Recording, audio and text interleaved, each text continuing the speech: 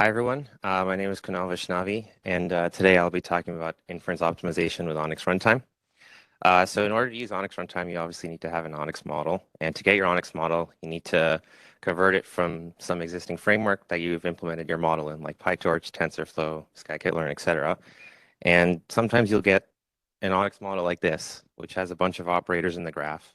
They're very primitive operators, and each one of the operators will have a kernel implementation in order to execute within ONNX Runtime. So here in the red, I've circled a particular subgraph, and I'm going to zoom in on it a little more. And if we look at the red boxes in the middle picture, we see if nodes.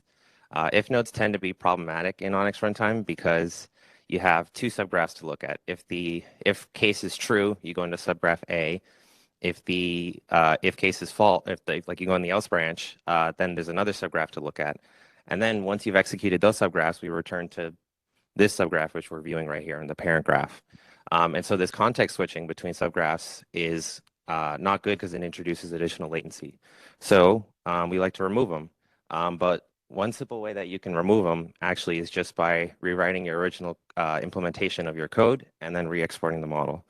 So here's a simple example of that being rewritten. And you can see there's less operators on this side compared to the picture on the left, and there's no if nodes in this example. But there's only so much that you can rewrite before exporting to ONNX.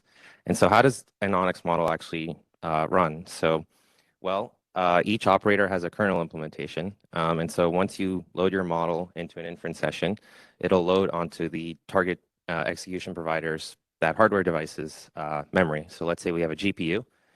We will load the ONNX model onto GPU memory, which is typically high bandwidth memory. And then when the ONNX model runs, each operator has its kernel implementation. The kernel is then launched into static RAM or SRAM, where computations can happen very quickly. We copy the inputs to the kernel to SRAM, do the computations in the kernel, and then copy the outputs from SRAM back to HBM. But these copies that we have to do between HBM and SRAM tend to introduce latency. And so through something called operator fusion, we can perform more of these kernel computations within one time we reach into the SRAM and within our kernel and have to do less context switching. So in this example, we have F1 and F2 as operators. And if we fuse them into an operator called F1, F2, we can write a kernel implementation for F1, F2. It may or may not be more efficient than running F1 and F2 individually, but because we've fused the operators into one and the kernel implementation can compute both F1 and F2 in the same kernel, we can typically lower latency. And there's another example with the F3 and F4. So what are some common fusions or optimizations that we see in ONNX Runtime? Well, there's layer norm and simplified layer norm. Simplified layer norm is the equivalent of RMS norm, as it's more common used in academia. There's skip layer norm and skip simplified layer norm, where there's a skip input right before the layer norm. Rotary embeddings, multi-head attention, group query attention, those are operators that are becoming more and more popular with the latest LLMs. And there are many more. But for the purposes of today, I'm going to focus on the top 5. So let's look at skip simplified layer norm. This is the unoptimized subgraph. So you can see there's an add node, a cast, a pow, reduce mean, another add, a square root, a div, a mul, a cast, and another mul. And what does this look like in terms of the actual math behind it? Well, RMS is root mean square. So first we take the square of all the elements. That's the pow. The reduce mean to take the average. The square root term to do the actual root. The add happens before the square root to make sure that we're not doing square root of 0. So there's a infinitesimally small epsilon value that we use to make sure that doesn't happen. And then once we have our RMS, we can take its reciprocal, multiply it by our original input x, and then rescale with the weight g. So that's how we calculate RMS norm. So that's that subgraph. And then we have that extra add in the corner over there, which is that skip input. And so we can fuse all of this into one small operator called skip simplified layer norm, which can do basically all these computations within one kernel. And then on the left is a screenshot of the actual operator's spec. So you can see the epsilon value from the add node is stored. The two inputs going into the add are the first two inputs to skip simplified layer norm. And the adds output is also stored in the skip simplified layer norm output. The G weight from the mul node, which is the post attention layer norm weight in this case, is stored as the third input to the skip simplified layer norm, and its output, which is the output of the RMS norm, is also stored as one of the outputs to the operator.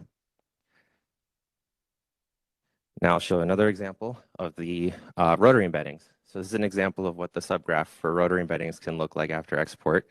As you can see, it's pretty complicated, and it's not a fun challenge to have to pattern match against this and all the different variations that might occur. Say if you change your implementation of the rotary embeddings, you export it, it may look totally different than this. So one way we kind of get around this is by exporting it as an ONNX function. And what that allows us to do is ignore the actual implementation details and look at the rotary embedding computation simply by its inputs and outputs. So the function is like the thing in the middle. In this case, this is the llama rotary embedding function. And on the right here, you can see the inputs and outputs to the function. So when we do the pattern matching, we only have to look at the inputs and outputs, and we can ignore like all the other nodes that we saw previously. All right, moving on. This is, so I guess I'll go into now the attention mechanism. So there's a lot of types of attention, as I'm sure you've all heard, and there's also a lot of algorithms that try to efficiently compute attention in their various ways. And the different operators may use different types of algorithms. Different algorithms might be used in multiple types of operators.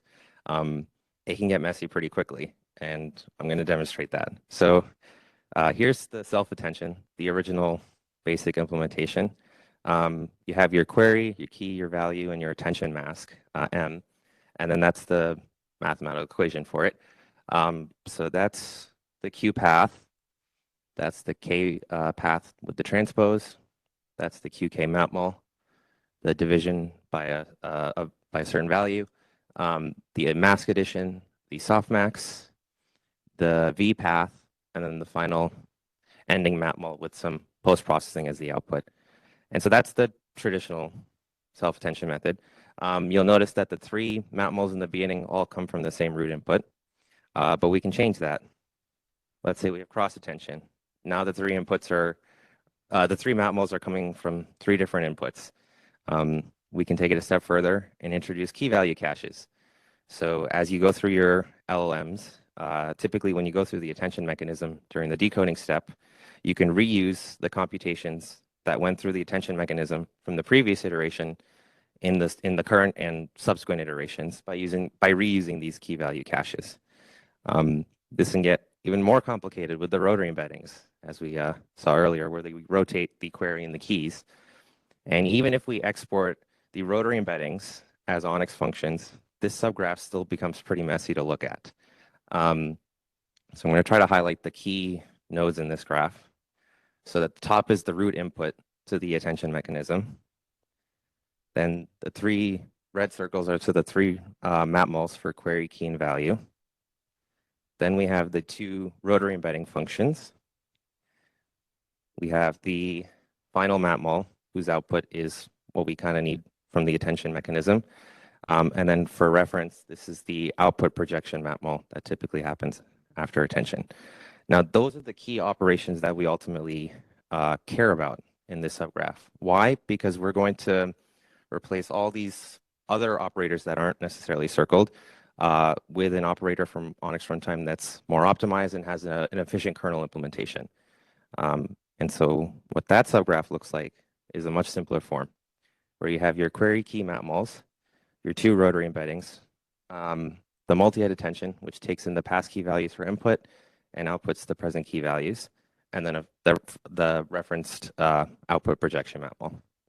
But it can still get more complicated. What if we take, let's say, llama 3 or phi 3, where lately the number of attention heads is not the same as the number of key value heads? Well, then you have the extra repeat KV step in this attention mechanism. And so how do you handle that? Well, it's easier to just interchange the attention operator being used and handle all this within the kernel. And so that's when we introduced the group query attention operator. So you can see the subgraph looks very similar to the one as before, with the only difference being now group query attention is being used instead of multi-head attention. Even though we do all these optimizations, the model size might still be very large. And so we often need to quantize these models to deploy them, let's say, on the edge. And so for quantization, typically these LLMs have been using int4 quantization, but there are other precisions that get used as well, like int8. There's been talks about int6 and int2 I've also heard of. So being able to, being able to represent the range of different bits while maintaining the same graph isn't as straightforward. So we created a new operator called mapmul n bits.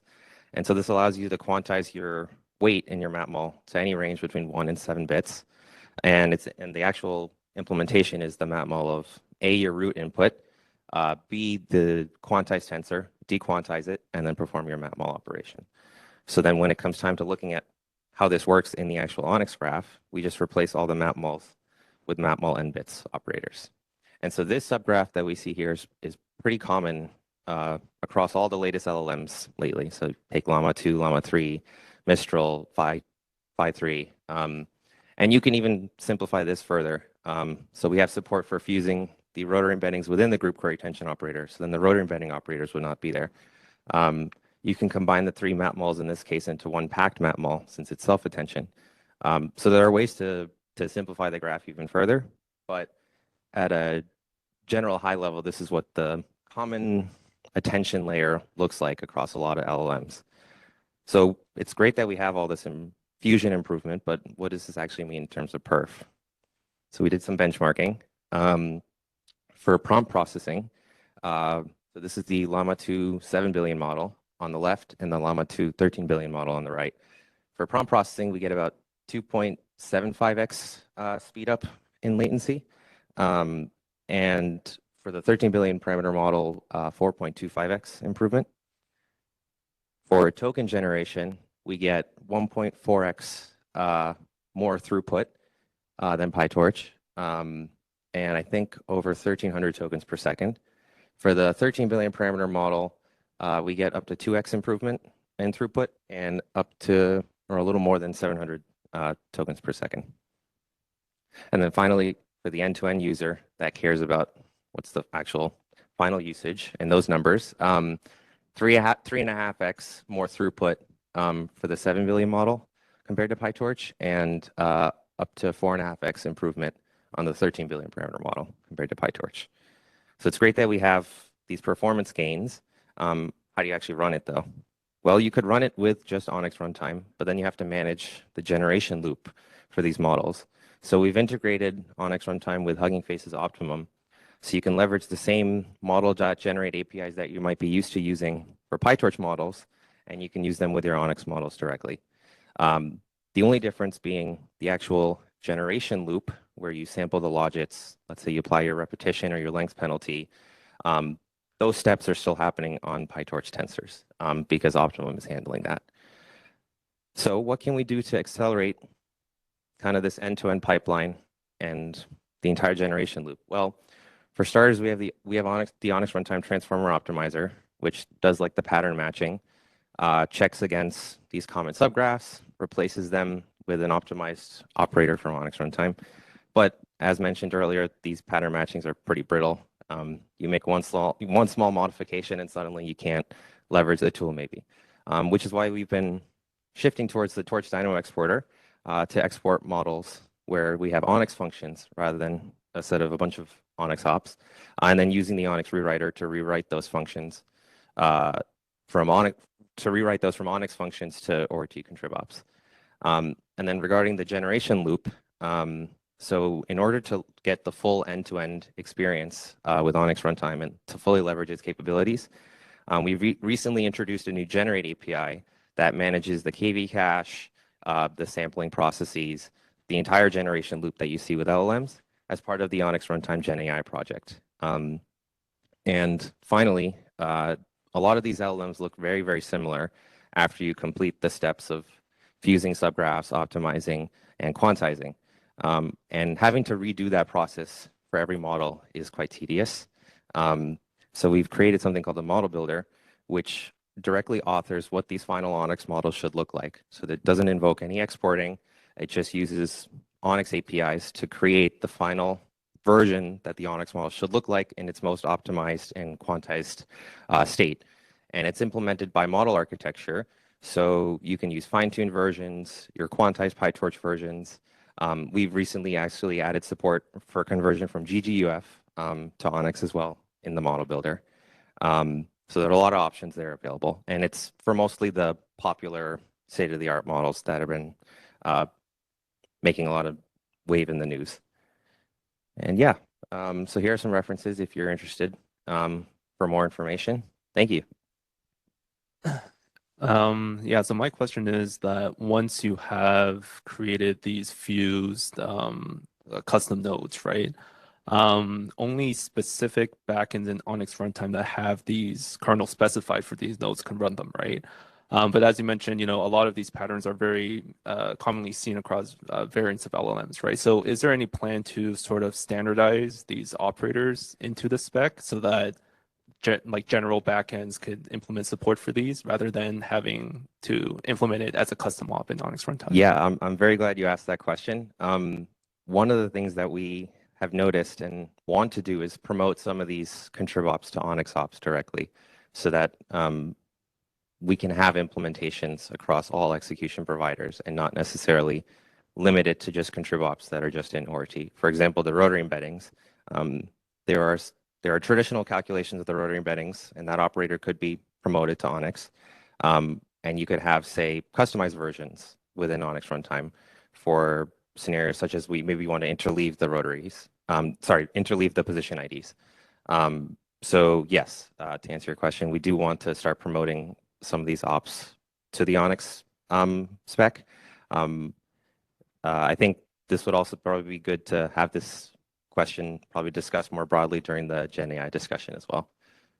Great, thank you.